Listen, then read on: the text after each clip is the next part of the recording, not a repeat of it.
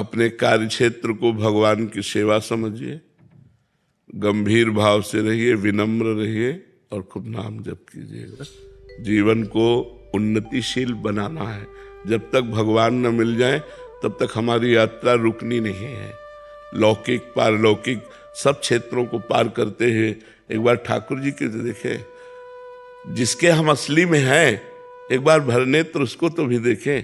अनंत जन्म व्यतीत हो गए इसी माया में भ्रमित होते हुए, न जाने किस किस को अपना बनाया, सब छूटते गए।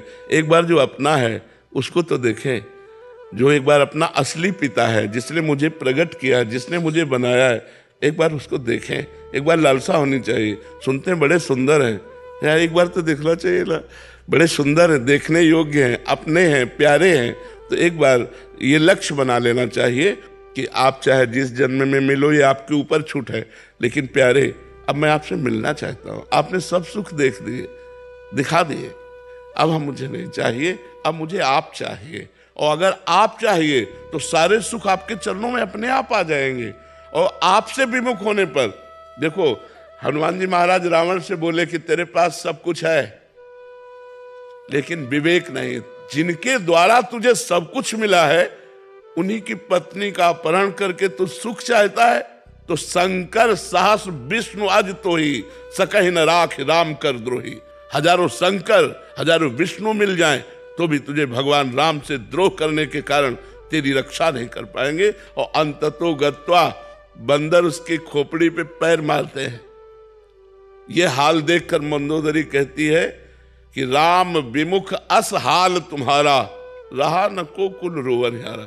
आज जिस समय तू चलता था मैंने देखा है, दिशाओं के दिग्गज कांपते थे। आज वही रावण तेरी खोपड़ियों को बंदर लात मार रहे हैं। ये हालत भगवान से विमुख होने के कारण हुई। तो हम उन भगवान के सन्मुख हो, उन भगवान को प्राप्त करें तो मनुष्य जीवन की सफलता है। को आनंद पूर्वक रहो, मस्त रहो, भगवान के आश्रित रहो।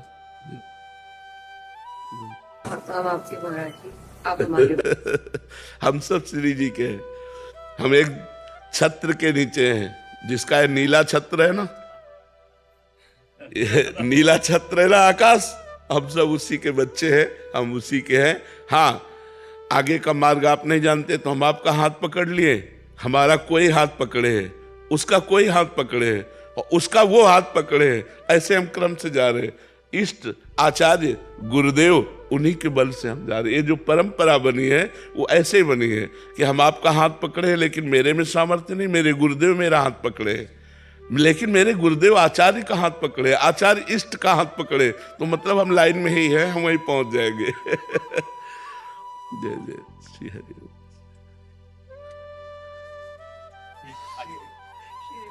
श्री हरि, खूब जाओ, मस्त रहो। अलका श्रीवास्तव जी। राधे राधे महाराज जी। महाराज जी, योग क्षेम मतलब जीवन यापन से जुड़े खर्च की चिंता बनी रहती है, इससे ऊपर उठने के लिए महाराज जी क्या करें? आप बताइए, आप दुख प्राप्ति की चाह करते हैं क्या? कोई स्वयं प्राप्त होता है ना, ऐसे सुख प्राप्त हो जाएगा जो आपके भाग्य में लिखा है। सुख और दुख के लिए आपको प्रयास नहीं करना, आपको प्रयास करना है सुख और दुख से परे परमानंद की प्राप्ति के लिए, भगवान की प्राप्ति के लिए। यदि आप भगवान की प्राप्ति के लिए प्रयास करते हैं तो आपको योग क्षेम की चिंता नहीं करनी पड़ेगी, क्योंकि स्वयं ठाकुर जी कह रहे हैं, अनन्यश्चिन्तयन्तो माम ये जनाः पर्युपासते तेषां नित्याभियुक्ता नाम योगक्षेमं वहाम्यहम्। जो मेरा अनन्य चिंतन करता है उसके योग और क्षेम का वाहन मैं स्वयं करता हूं। योग का तात्पर्य होता है प्राप्त जो है और अभी जो नहीं प्राप्त है, नहीं प्राप्ति की प्राप्ति कराने का नाम योग है, और जो प्राप्त है उसकी रक्षा करने का नाम क्षेम है। जो नहीं प्राप्त है वो स्वयं ठाकुर जी प्राप्त कराएंगे, और जो प्राप्त है उसकी रक्षा स्वयं ठाकुर जी करेंगे। वो देख रहा है योगक्षेमं वहाम्यहम्, वो ऐसे थोड़ी बोल रहा है, वो सच्चिदानंद है, वो सत्यनारायण है, वो जो बोलता है वो करता है। उन्होंने कहा योगक्षेमं वहाम्यहम्, मेरा सिर्फ कार्य है उसका आश्रय लेकर चिंतन करना, और उसका कार्य है व्यवस्था करना। हम जब उसकी शरण में हैं तो उसकी व्यवस्था अपने आप होगी। आप चाहे गृहस्थ हो चाहे विरक्त हो, सबकी वो व्यवस्था करता है। हम आपको कैसे बताएं, वो इतना आगे से आगे देता रहता है। आपको क्यों नहीं मिलता है? क्योंकि आप अहंकार से अपना पोषण कर रहे हैं, भगवान से नहीं। मैंने ये किया, मैं ये करूंगा। अहंकार विमूढ़ात्मा करता हम मन्यते, तो उतना ही मिलेगा जितना आप कर रहे हो।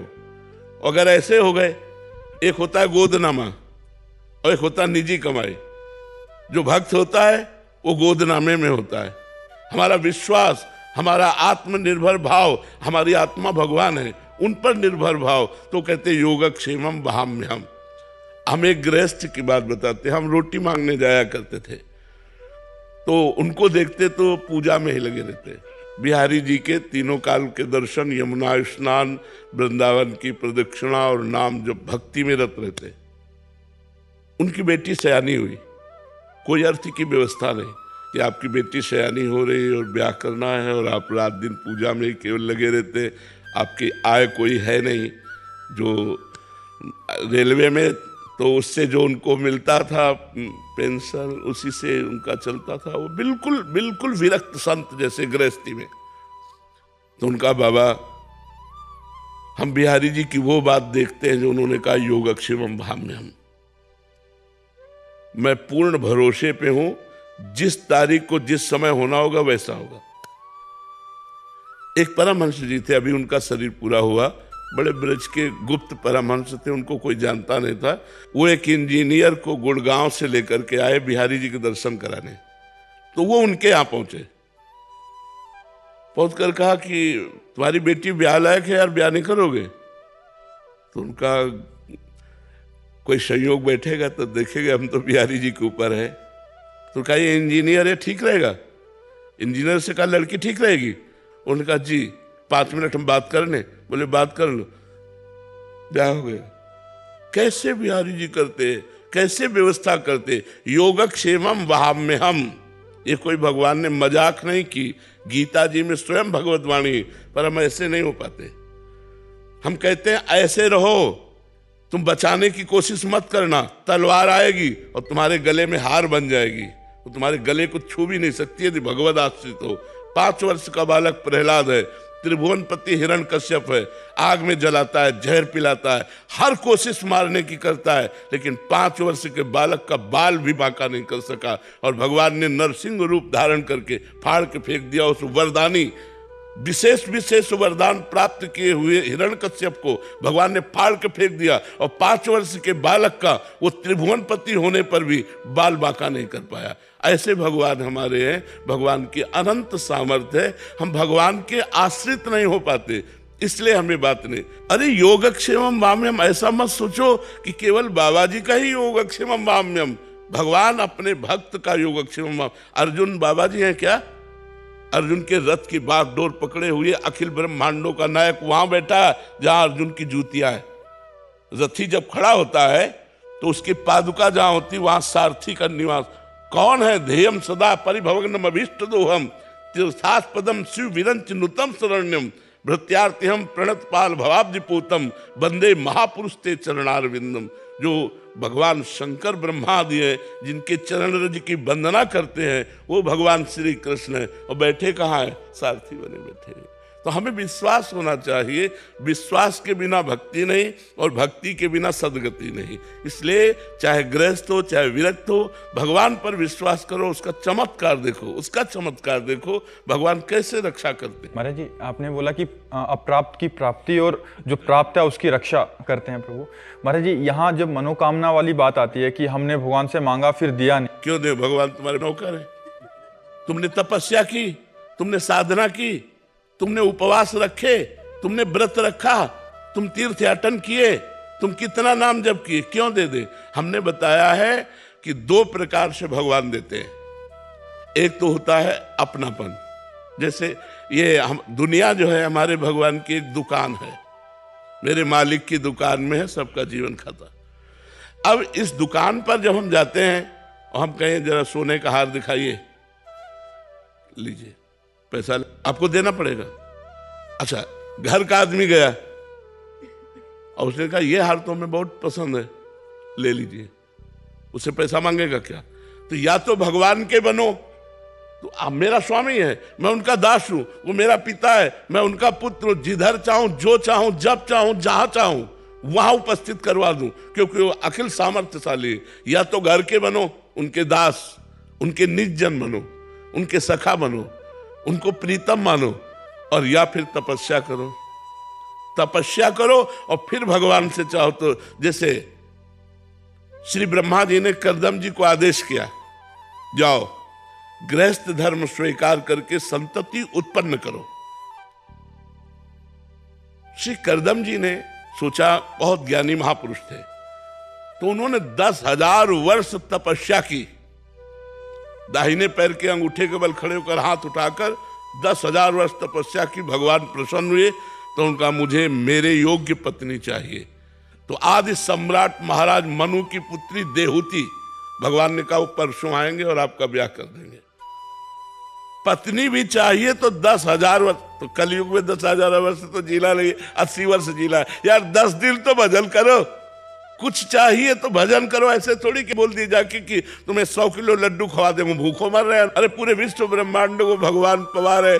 अच्छा, ये काम नौकर से कहा जाता है। मालिक को तुम नौकर समझ रहे हो कि तुम्हें 50,000 का फूल बंगला बनवा देंगे, हमारा काम कर दो, ऐसे नहीं होता। या तो इतनी तपस्या हो, आपका भजन हो, व्रत उपवास हो, तीर्थयाटन हो, तो मांगिए, अनुष्ठान कीजिए तो पूर्ति होगी। या आप भगवान के बन जाइए कि नाथ आप मेरे स्वामी हैं, मेरी आवश्यकता है, तो भगवान उस आवश्यकता की पूर्ति निश्चित करेंगे, निश्चित करेंगे। विश्वास कीजिए। अगर दो में से आपका कोई न तप है और न संबंध है तो ऐसे मांगने से नहीं मिलता। ऐसे मांगने से तो सब लोग मांगते रहते हैं भगवान से, ऐसे थोड़ी सुनते हैं भगवान। हमारी बात मान लो, भगवान को अपना मान लो। अपना मानने में क्या जाता है, वो तो अपने हैं ही। और फिर प्यार से उनसे बात करो, वो सुन रहे हैं, मान लो छवि के सामने ही आप ऐसा। हमने आज तक देखा है कि 1 सेकंड में हमें उत्तर मिला है, हमारे हृदय में ही 1 सेकंड में उत्तर आया। अगर हमने कोई प्रश्न किया अपने ठाकुर जी से, कोई बात की, एक तो ऐसे चांस ही नहीं आते, 1 सेकंड में निदान मिला है, 1 सेकंड में निदान मिला है। वो सुन रहे हैं, आप जहां से बोल रहे हो वहीं बैठे सुन रहे हैं, लेकिन आपका परिचय तो होना चाहिए। आपने परिचय तो संसार में किया, भगवान से परिचय किया नहीं। भगवान को केवल एक माना अपनी वासनाओं की पूर्ति का क्षेत्र, सो ऐसा नहीं है। वो भगवान है, बहुत चतुर है, बहुत खिलाड़ी है, ऐसे हाथ में आने वाले नहीं है।